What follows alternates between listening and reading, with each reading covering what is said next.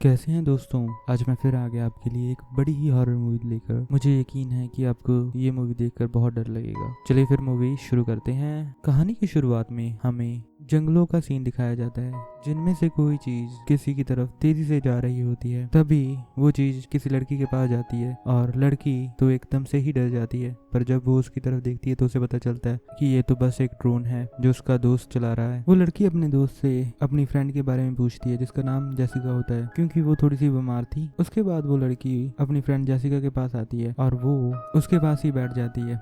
वो लड़की एक बुक रीड कर रही होती है और वो उन लाइंस को बहुत ध्यान से देख रही होती है, पर एकदम से ही उसकी फ्रेंड जेसिका बिस्तर पर बैठ जाती है और जो लाइंस वो पढ़ रही होती है वो ही पढ़ने लग जाती है, जिससे वो लड़की बहुत डर जाती है। जेसिका की आवाज़ बड़ी ही डिमोनिक हो जाती है। फिर वो लड़की अपनी बुक बंद कर देती है और जेसिका तो चुप ही नहीं होती। फिर वो बेड से नीचे गिर पड़ती है और वो लड़की जल्दी जल्दी जेसिका को देखती है। जेसिका के मुंह से कुछ वाइट वाइट तरह की कोई चीज़ निकल रही होती है। एक बार तो उस लड़की को लगता है कि जेसिका मर गई है और वो उसकी धड़कन चेक ही करने वाली होती है। जेसिका एकदम से अपनी आंखें खोल लेती है और उस लड़की का गला पकड़ लेती है। फिर वो उस लड़की के बाल ही उसके सर से अलग कर देती है, जिसमें उसकी चमड़ी भी बालों के साथ अलग हो जाती है। फिर वो लड़की उस लड़के के पास जाती है और जब वो उसे आवाज लगाती है तो वो तो हैरान हो जाता है उसे देखकर। पीछे ही जेसिका उनकी तरफ चली जा रही होती है। जेसिका जाकर उस लड़के का ड्रोन पकड़ लेती है और उसे अपने फेस पर मार लेती है, जिसकी वजह से वो नदी में गिर जाती है। उस लड़के को तो कुछ पता ही नहीं होता, इसीलिए वो भी उसके पीछे ही नदी में छलांग लगा देता है। पर बाहर अकेला उसका सर ही आ पाता है, जिसे जेसिका फेंकती है और वो पानी के ऊपर आ जाती है और पीछे हमें मूवी का टाइटल दिखता है। फिर हमें एक दिन पीछे लेकर जाया जाता है और दिखाया जाता है कि इसकी शुरुआत कैसे हुई। हमें एक लड़की बेथ का सीन दिखाया जाता है जो कि अपना टेस्ट कर रही होती है प्रेगनेंसी का, और वो पॉजिटिव होता है, जिसे देखकर वो हैरान बहुत होती है। जिसके बाद हमें एक सिंगल मदर एली को दिखाया जाता है जो कि अपने बच्चों के साथ रहती है। एली की बेटी ब्रिजेट कहीं जाने का जिक्र कर रही होती है, पर वो उसे नहीं जाने देती। तभी हम उसकी छोटी बेटी कैसी को भी देखते हैं जो अपनी डॉल का सर काट रही होती है और उसका बेटा डीजे बनना चाहता होता है, इसलिए वो अपनी प्रैक्टिस कर रहा होता है। तभी ब्रिजेट को कोई लड़के बुलाने आए हुए होते हैं अपने साथ मूवी देखने के लिए, पर ब्रिजेट उनके साथ नहीं जाती। उनका बड़ा ही हंसता खेलता परिवार होता है, पर उन्हें ऐसा नहीं पता होता कि आज की रात के बाद उनका सारा कुछ ही बदल जाएगा। एली अपना सिर वॉश कर रही होती है और तभी बाहर घंटी बजती है। एली जब गेट खोलती है तो उसे वहाँ पर कोई नहीं दिखता और वो जब एक साइड को देख रही होती है, पीछे से उसे एक आवाज आती है। बाद में उसे पता लगता है कि ये तो उसकी बहन ब्रेथ है। ब्रेथ सारों के लिए कोई ना कोई गिफ्ट लेकर आई होती है, पर जब वो एली के हस्बैंड का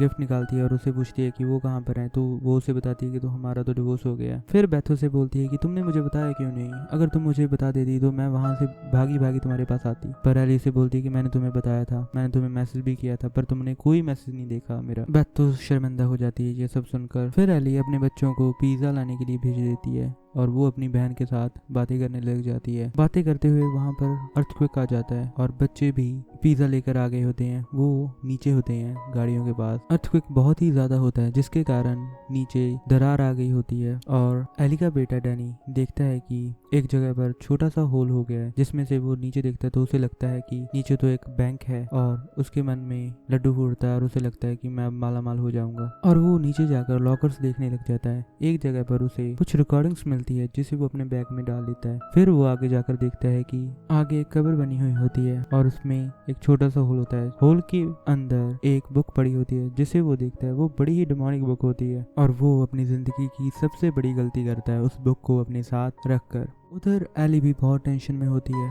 वो अपने नेबर को बोलती है अपने साथ चलने के लिए। जब उसका नेबर कीज लेने जाता है तो उसके बच्चे एलिवेटर से ऊपर आ जाते हैं और एली उनसे लड़ती भी है कि मैंने तुम्हें कितनी बार कहा है कि अर्थक्वेक के बाद एलिवेटर्स मत यूज किया करो। फिर वो सारे अंदर आ जाते हैं और डैनी को लगता है कि ये कुछ वैल्यूएबल होगा और जिससे ये कुछ पैसे कमा सकेगा। फिर वो बुक खोलने की कोशिश करता है और ब्रिजेट भी उसके साथ होती है। जब वो बुक खोल ही रहा होता है तो बुक उसे नहीं खुलती, पर उसकी उंगली कट जाती है उन दांतों से जो उस बुक पर लगे हुए होते हैं और वो उसका खून जो उस बुक पर गिरता है वो अब्जॉर्ब कर लेती है और बुक खुल जाती है। वो सारी बुक बहुत ही ज्यादा डिमोनिक होती है क्योंकि उसमें बहुत ज्यादा शैतानों का जिक्र होता है। डैनी तो उस बुक में खो ही जाता है, पर ब्रिजेट उस बुक से डर रही होती है और वो उसे बंद कर देती है और उसे बोलती है कि तुम ये बुक वहां पर ही रख कर आओ डैनी उसे बोलता है कि अभी तो मॉम ने जाने नहीं देना, हम सुबह रखाएंगे। ब्रिजिट भी उसकी बात मान जाती है और अपने कमरे में चली जाती है। पर डैनी कहाँ रुकने वाला था, वो रिकॉर्डिंग्स लगा लेता है और वो रिकॉर्डिंग सुनने लग जाता है जिसमें एक प्रीस्ट की आवाज होती है। वो रिकॉर्डिंग्स को चेंज ही कर रहा होता है, पर एक रिकॉर्डिंग स्टक हो जाती है और उसमें से बहुत ज्यादा डेमोनिक आवाजें आने लग जाती हैं, जिससे डैनी भी डर जाता है और वो उसे बंद करने की कोशिश करता है, पर वो बंद नहीं कर पाता। फिर हमें दिखाया जाता है कि उनकी बिल्डिंग की तरफ एक छाया आ रहा है। उधर एली भी नीचे जा रही होती है अपने कपड़े को लॉन्ड्री कराने के लिए। जब उसका एलिवेटर खुलता है तो वो साया उसके एलिवेटर में आ जाता है और उसे पटका कर उस एलिवेटर में मारता है और वो शैतान उसकी हड्डियां चकनाचूर कर देता है और उसके गले में एक तार डालकर उसे गला घोटकर मार देता है। एली उससे बचने की बहुत कोशिश करती है पर आखिर में वो मर जाती है। डैनी के घर की लाइट सारी खराब हो जाती है। फिर ब्रिजिट कैंडल्स जला रही होती है और तभी वो देखती है कि गेट अपने आप ही खुला और वहां से उनकी मॉम एली चली आ रही है। जब वो एली को ध्यान से देखने लगते हैं तो एली किचन की तरफ चली जाती है। किचन में जाकर वो गैस को ऑन करती है और उस पर पैन रखकर उसमें अंडे फेंकने लग जाती है। ब्रेथ और बच्चे उसे आवाज लगा ही रहे होते हैं पर वो तो अपनी ही धुन में होती है, वो बस हंसे जा रही होती है। फिर वो पैन को लेकर उनकी तरफ बढ़ती है और पैन नीचे गिर जाता है और वो भी एक मॉन्स्टर की तरह उनकी तरफ बढ़ती है। फिर वो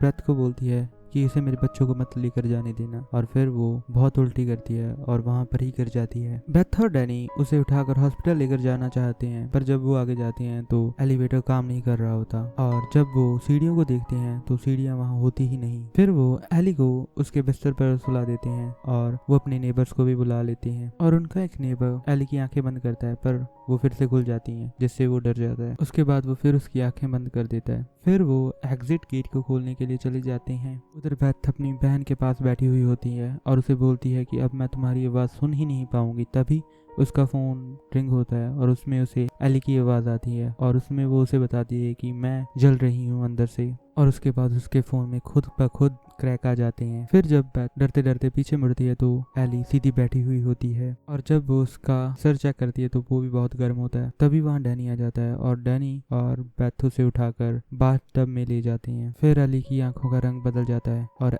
एली तो दीवारों पर चढ़ने लग जाती है और बहुत ही ज्यादा ऊंची चीख लगाती है जिससे एक बार तो बेथ और डैनी बेहोशी होने वाले होते हैं और वहाँ का शीशा भी टूट जाता है और वो पानी भी उबलने लग जाता है। फिर एली उस पानी में गिर जाती है। फिर हल्के हल्के एली के हाथ बाहर आते हैं और एली का फेस देखने वाला होता है जो बहुत ही डरावना लग रहा होता है। और यहीं पर हमारा ये पार्ट खत्म होता है। मिलते हैं अगले पार्ट में। अगर आपने यहाँ तक हमारी ये वीडियो देखी है तो आप हमारे लिए बहुत कीमती हैं। प्लीज़ आप हमारे इस चैनल को लाइक सब्सक्राइब ज़रूर कर दें। मिलते हैं अगली वीडियो में। थैंक यू वीडियो पूरी देखने के लिए।